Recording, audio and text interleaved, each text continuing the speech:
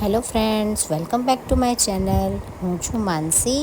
આજે આપણે બનાવવાના છીએ દહીંવડા.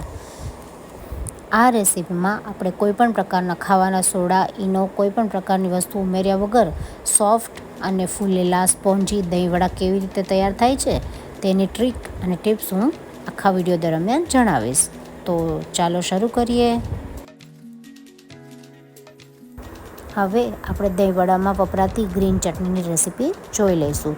સૌપ્રથમ આમાં ફુદીનો, કોથમીર, આદું અને મરચાંનો ઉપયોગ આપણે કરીશું.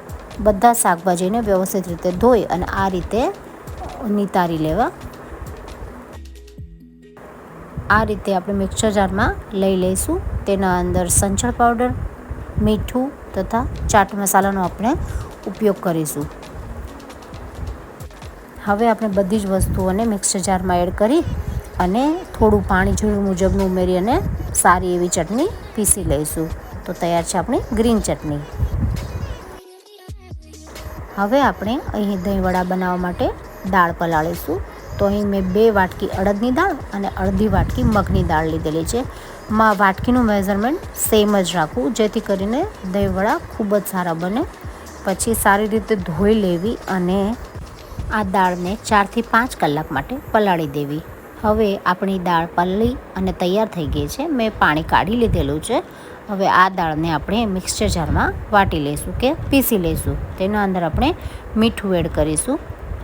તમે ઈચ્છો તો આની અંદર જ તમે આદું તથા મરચાંને ઉમેરી શકો છો, પણ મેં પેસ્ટ ઉમેરેલી છે, જે તમે આગળ જોશો. હવે જરૂર પ્રમાણે થોડું પાણી ઉમેરવું.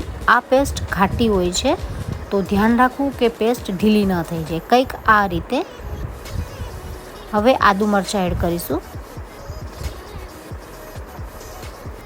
હવે વ્યવસ્થિત રીતે આપણે આ ખીરાને ફેટી લઈશું. ચમચીથી કે હાથની મદદથી તમને જેનાથી સારું લાગે એ રીતે તમે આ રીતે ફેટી લેવાનું છે. ટોટલ 10 મિનિટ સુધી કન્ટિન્યુ આપણે આપણા ખીરાને ફેટવાનું છે. તમે જોઈ શકો છો કે મેં સારી રીતે આ ખીરાને ફેટી લીધેલું છે. ખીરાનો કલર પણ બદલાઈ ગયો છે અને ફ્લફી પણ દેખાય છે. હવે આપણું બેટર તૈયાર છે, તો આપણે ગેસ પર તેલ ગરમ મૂકીશું. હવે આપણું તેલ મીડિયમ ગરમ થઈ ગયું છે. આ તેલ મીડિયમ ગરમ જ હોવું જોઈએ. વધારે ગરમ હશે તો વડા કાચા રહેશે. તેથી કરીને મીડિયમ ગરમ હોવું જોઈએ. કંઈક આ રીતે આપણે વડા બનાવીશું. આ રીતે જે વડા ન ફર્યા હોય, પલટેલા ના હોય, તેના પર આ રીતે ગરમ તેલ નાખીશું, જેથી કરીને તે વ્યવસ્થિત રીતના તળાશે.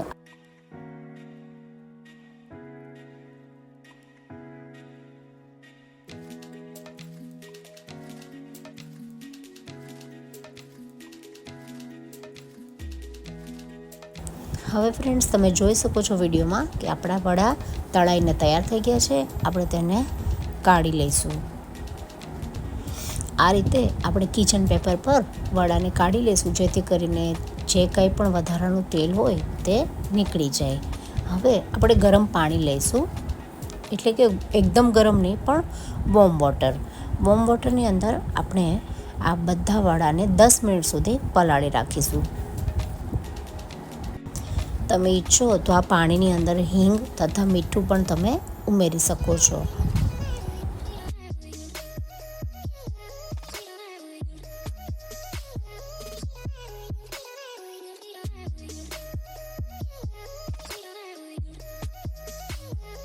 હવે આપણા વડા પલળી ગયા છે સારી રીતે. પછી કંઈક આ રીતે વડામાંથી આપણે પાણી કાઢી લઈશું. વડાને આપણે સર્વિંગ બાઉલમાં લઈ લઈશું અને આપણે તેના પર દહીંથી સર્વ કરીશું. તેના પર બીજા બધા મસાલાઓ પણ એડ કરીશું, જેવા કે મીઠું, મરી, ગરમ મસાલો, શેકેલ જીરું પાવડર, સંચળ પાવડર, લાલ મરચું પાવડર જેવા મસાલાનો આપણે ઉપયોગ કરીશું. તથા ગ્રીન ચટણી તથા ખાટી મીઠી ચટણી, ગોળ આમલીની ચટણીનો પણ આપણે ઉપયોગ કરીશું. હા, મેં અહીં દહીંમાં મીઠું તથા ખાંડનો ઉપયોગ કરેલો છે અને વ્યવસ્થિત રીતે વિસ્કરની મદદથી વિસ્ક કરી લીધું, એટલે કે ફેટી લીધેલું છે.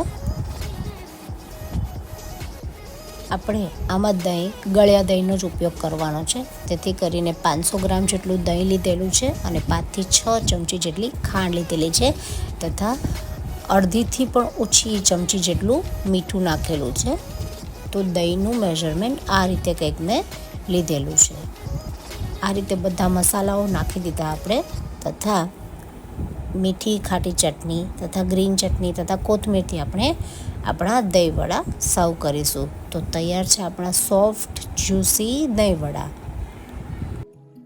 તમે પણ ઘરે એકવાર આ રીતે દહીંવડા બનાવવાની જરૂરથી ટ્રાય કરજો અને મને કમેન્ટ બોક્સમાં જરૂરથી જણાવજો કે કેવા બન્યા છે. તો ચાલો ફ્રેન્ડ્સ, ફરી મળીએ એક નવા વિડીયો સાથે. Thank you for watching.